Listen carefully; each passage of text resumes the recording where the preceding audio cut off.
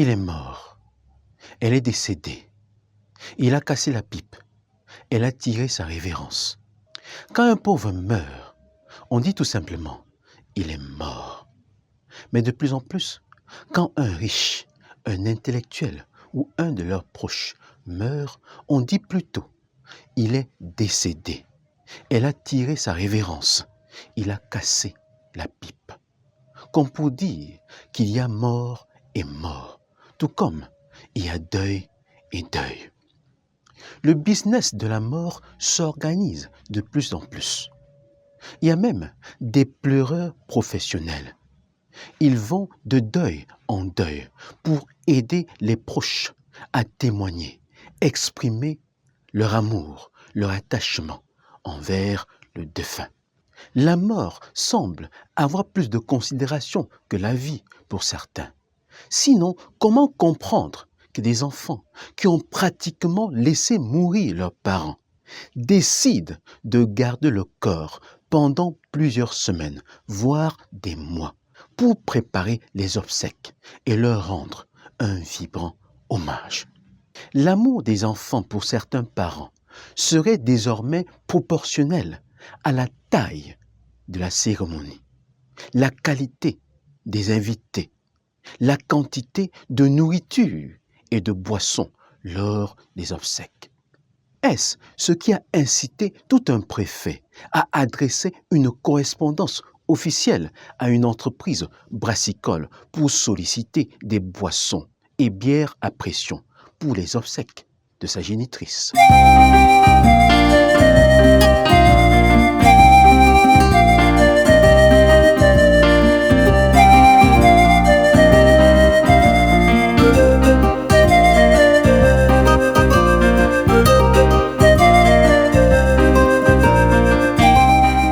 Bâtir un monde où chacun sait exactement pourquoi il est né et fait ce pourquoi il a été créé. Voilà notre objectif. Un monde où chacun est une solution et non un problème. Voilà notre rêve commun. Aider les gens à se connaître, à se comprendre, à comprendre les mobiles qui incitent les gens à prendre telle ou telle décision. Aider les gens à vivre une vie épanouie, être heureux, donner un sens à leur vie. Voilà notre défi. Abonne-toi à cette chaîne et bienvenue à bord si tu es nouveau. Et un événement qui défraie la chronique ces jours-ci et suscite interrogation, indignation et aussi moquerie. C'est la correspondance du préfet du département du Vouri au Cameroun. Courrier adressé aux brasseries du Cameroun pour solliciter des boissons et bières à pression pour les obsèques de sa mère. Certains pensent que le préfet serait tombé très bas, alors que pour d'autres, il ne suit que la logique d'un système. Qui a raison? Qui a tort? Ceux qui pensent que le préfet serait tombé très bas trouvent en sa correspondance la preuve qu'il aurait une mauvaise estime de soi. L'estime de soi, c'est quoi? C'est ce que je dis de moi-même, à moi-même, en moi-même. Certains se surestiment alors que d'autres se sous-estiment. Se surestimer ou se sous-estimer dénote un problème. Se surestimer, c'est comme une sauce trop salée.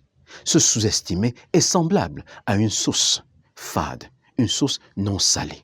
Chacune des deux est difficile à avaler. Avoir une mauvaise estime de soi a des conséquences sur une relation. Certains ont des difficultés à bâtir des relations solides et durables. Pour eux, la correspondance du préfet signifie qu'il a du mal à tisser des relations durables et solides. Car, en pareille circonstance, disent-ils, en temps normal, les collaborateurs du préfet et ses administrés se seraient approchés de lui pour lui proposer leurs services et assurer la réussite de la cérémonie.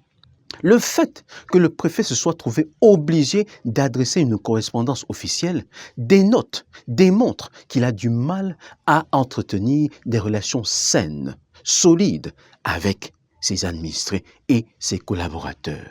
Il aurait du mal à sortir de son costume administratif pour bâtir des relations sociales, des relations amicales, des relations saines et sereines. Ceux qui pensent que le préfet suit tout simplement la logique du système disent par exemple que c'est le parti qui fixe le montant des cotisations des ministres, des directeurs généraux et autres. En le faisant, il donne d'une certaine manière l'autorisation aux ministres et aux directeurs généraux de pouvoir distraire les fonds. Car, disent-ils, quel ministre ou quel directeur général serait heureux de puiser dans son salaire pour alimenter la caisse du parti?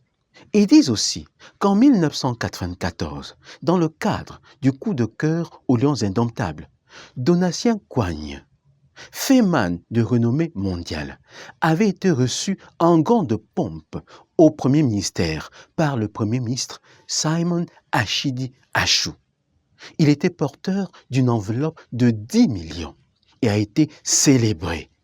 Il faut noter que le fruit de ce coup de cœur est resté entre Paris et Washington et n'est jamais arrivé à destination et personne ne s'est jamais plaint. La vie a continué son cours normal. Il rappelle aussi que le Cameroun a plusieurs fois été champion du monde de la corruption et personne ne s'est dérangé. La vie a continué de plus belle. Il nous rappelle aussi que le Cameroun s'est battu comme un homme pour être classé pays pauvre très endetté, alors que l'Afrique en miniature est enviée de part et d'autre pour ses ressources naturelles et son potentiel humain. Donc pour eux, c'est normal que le préfet puisse trouver normal d'adresser une correspondance à une entreprise pour solliciter son appui. Ils disent aussi que le préfet aurait adressé une correspondance similaire à plusieurs autres entreprises qui opèrent dans le secteur de la restauration, de la location des tentes, des chaises, du transport urbain et interurbain.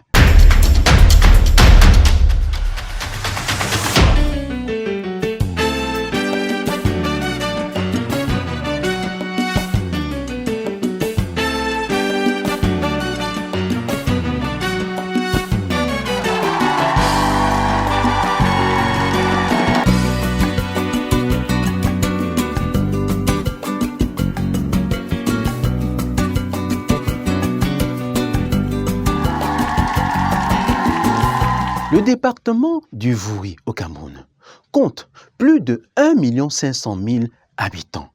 Et le Vouri, c'est le poumon économique du Cameroun. Donc le préfet du département du Vouri est comparable au président d'un pays qui a une population d'environ 1 500 000 habitants et beaucoup d'entreprises. La chèvre broute là où elle est attachée.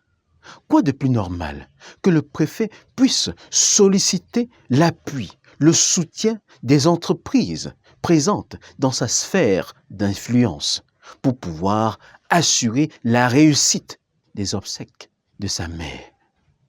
Selon toi, le préfet est-il tombé très bas ou alors est-il dans la logique d'un système?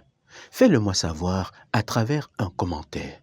Partage cette vidéo au maximum.